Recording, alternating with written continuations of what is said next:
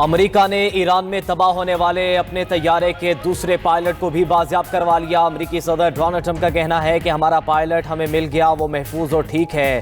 امریکی فوج نے کئی گھنٹوں ایران میں بہادری سے آپریشن کیا۔ آفیسر کی تلاش میں امریکی فوج نے تاریخ کا سب سے بڑا آپریشن کیا۔ بازیاب آفیسر ایک انتہائی قابل احترام کرنل ہے۔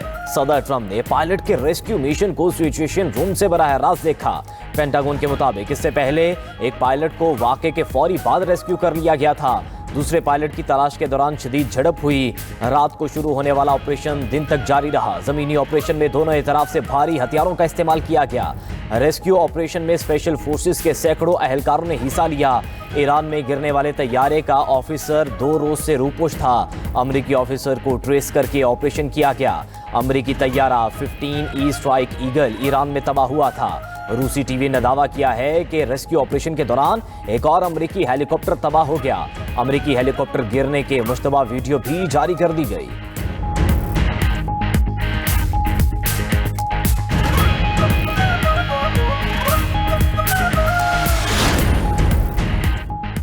امریکی ریسکیو مشن میں شریک امریکہ کا C-130 طیارہ تباہ۔ پاسداران انقلاب کا کہنا ہے کہ امریکی طیارے کو اصفہان صوبے میں مار گرایا گیا۔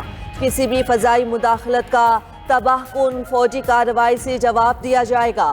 اصفہان میں ایک اور طیارہ گرائے جانے کے بعد ایرانی فضائی دفاعی نظام کو ہائی الرٹ کر دیا گیا۔ ایرانی میڈیا کے مطابق امریکی C-130 طیارے کو پولیس کے فراج رینجرز یونٹ نے مار گرایا۔ ایرانی میڈیا نے تباہ شدہ امریکی طیاروں کی نئی ویڈیو جاری کر دی۔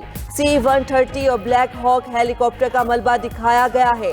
فارس نیوز کے مطابق پائلٹ کی تلاش میں امریکی بمباری سے 9 ایرانی شہید ہوئے۔ دوسری طرف امریکی اخبار نیو یارک ٹائمز نے دعویٰ کیا ہے کہ 2 امریکی ٹرانسپورٹ طیارے دور دراز ایرانی اڈے پر پھنس گئے تھے۔ امریکی فوج نے ایرانی قبضے سے بچانے کے لیے اپنے طیاروں کو خود تباہ کیا۔ طیارے اور کمانڈوز امریکی 48 گھنٹے میں ڈیل یا تباہی۔ امریکی صدر ڈونلڈ ٹرمپ نے ایران کو نئی دھمکی دے دی۔ ٹرمپ کا کہنا ہے کہ ایران کو معاہدے اور آبنائے ہرمز کھولنے کے لیے 10 دن کا وقت دیا تھا۔ یہ مہلت اب ختم ہو رہی ہے۔ ان پر آگ برسانے کے لیے صرف 48 گھنٹے رہ گئے۔ 48 گھنٹے کے بعد ایران پر قیامت ٹوٹ پڑے گی۔ یہ بھی کہا کہ ہم ایٹمی ایران سے چھٹکارا پا رہے ہیں۔ امریکی صدر نے ایران پر حملوں کی ویڈیو بھی شیئر کر دی۔ تہران پر کیے گئے بڑے حملوں میں ایرانی فوجی قیادت کے خاتمے کا دعویٰ کیا گیا۔ دوسری طرف امریکہ اور اسرائیل کے ایران کے معاشی اور دفاعی مراکز پر حملے۔ صوبے گلویا کے بلیک ماؤنٹین پر حملے میں 3 افراد شہید ہو گئے۔ مغربی ایران کے پیٹروکیمیکل زونز پہ بھی ہونے والے حملوں نے تباہی مچا دی۔ ماشہر اور بندر امام میں 5 افراد شہید، 170 سے زائد افراد زخمی ہوئے۔ فجر اور ریجال جیسی بڑی پیٹروکیمیکل تنصیبات کو بھی نشانہ بنایا گیا۔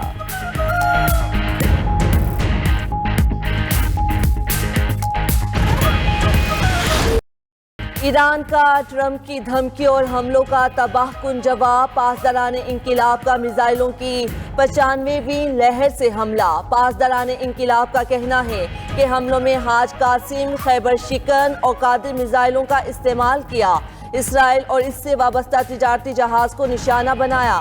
تل ابیب، یروشلم اور حیفا پر حملوں سے عمارتوں میں آگ بھڑک اٹھی۔ میزائل حملوں میں 37 اسرائیلی پولیس اہلکار ہلاک، 234 زخمی ہوئے۔ اسرائیلی شہروں میں زوردار دھماکے سنے گئے۔ متعدد عمارتیں ملبے کا ڈھیر بن گئیں۔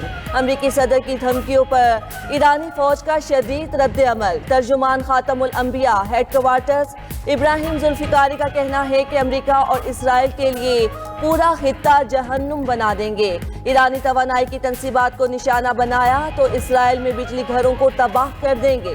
پورے خطے میں توانائی کی تنصیبات ہمارے نشانے پر ہیں۔ ایران کے پاس بھرپور جوابی کارروائی کی صلاحیت موجود ہے۔ جنرل علی عبادی بولے کہ کسی بھی جارحیت کا جواب دینے کے لیے مکمل تیار ہیں۔ ٹرمپ کی دھمکی بے بسی اور بوکھلاہٹ کا نتیجہ ہے۔ ایران اپنے دفاع کے لیے پوری قوت سے جواب دے گا۔ ایران کے مشرق وسطی میں امریکی اڈوں پر شدید حملے۔ کویت کے آئل سیکٹر کمپلیکس پر ڈرون حملہ، تنصیبات میں آگ لگ گئی۔ کویت میں تیل کی اہم تنصیبات پر آگ لگنے سے ہر طرف دھوئیں کے بادل چھا گئے۔ تاحال کسی جانی نقصان کی اطلاع نہیں ملی۔ بحرین میں امریکی پیٹریوٹ میزائل ڈیفنس سسٹم تباہ کر دیا گیا۔ امریکی high mobility artillery rocket system کو بھی تباہ کر دیا۔ بحرین کے بندرگاہ پر اسرائیلی مال بردار جہاز MSC ایشیاکا پر کامیاب حملہ، امریکی ایئر فورس کے اہم طیارے اور ریڈار سسٹم بھی حملوں کی زد میں آئے۔ UAE میں امریکی کمانڈ سینٹر اور اوریکل کی تنصیبات کو شدید نقصان پہنچا۔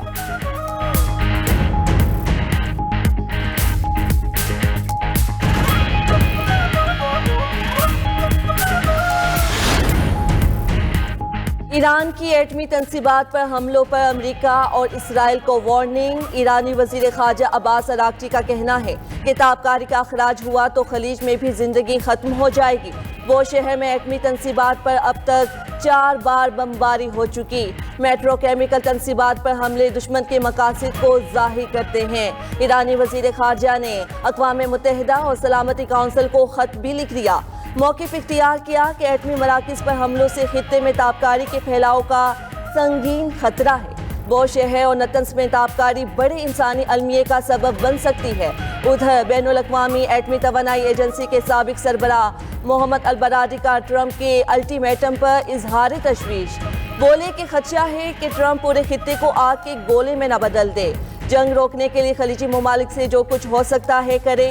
کیا اقوام متحدہ، یورپ، روس ٹرمپ کو روکنے کے لیے کچھ نہیں کر سکتے؟ وزیر اعظم شہباز شریف کی زیر صدارت خطے کی صورتحال پر اجلاس، پیٹرولیم مصنوعات پر حکومتی سبسڈی کے نفاذ پر پیش رفت کا جائزہ لیا گیا۔ اس موقع پر وزیر اعظم شہباز شریف نے کہا کہ مسافر بسوں کو 1 لاکھ روپے ماہانہ سبسڈی دی جا رہی ہے۔ منی بس اور ویگنوں کو 40,000 روپے ماہانہ سبسڈی ملے گی۔ حکومت چاہتی ہے کرایوں میں اضافہ نہ ہو۔ اشیاء خورنوش کی قیمتوں میں اضافہ روکنے کے لیے اقدامات کر رہے ہیں۔ ٹرک 70,000، بڑی مال بردار گاڑیوں کے لیے 80,000 روپے سبسڈی ہے۔ شفافیت کے لیے رقوم ڈیجیٹل والیٹس کے ذریعے دی جا رہی ہیں۔ گزشتہ 3 ہفتوں میں 129 ارب روپے کا عوامی ریلیف پیکج دیا۔ عوامی ریلیف کے اقدامات اٹھاتے رہیں گے۔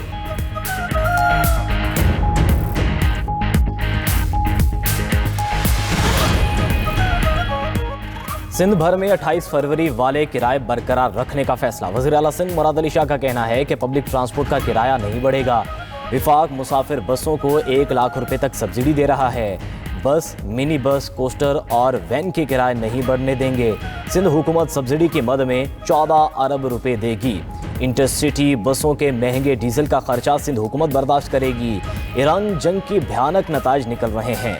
تاجروں سے لاک ڈاؤن کے حوالے سے بات چیت چل رہی ہے۔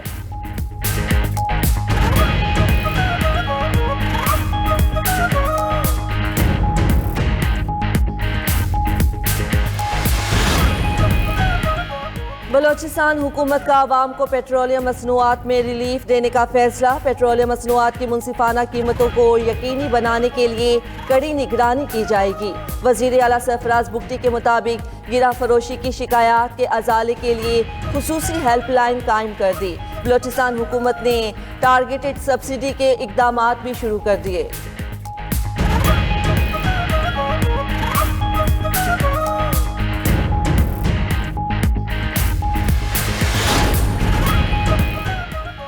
اگر فالس فلیگ آپریشن کیا گیا تو جواب کلکتہ تک دیا جائے گا۔ وزیر دفاع خواجہ آصف کا بھارت کو 2 ٹوک پیغام، کہا کہ ہمارا ازلی دشمن گھبرایا ہوا ہے۔ بھارت کے فالس فلیگ آپریشن کا بھرپور جواب دیں گے۔ کسی بھی جارحیت کو برداشت نہیں کیا جائے گا۔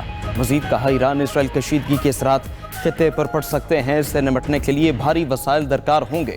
وزیر دفاع نے سیالکوٹ میں اربوں روپے کے ترقیاتی منصوبوں کا افتتاح کر دیا۔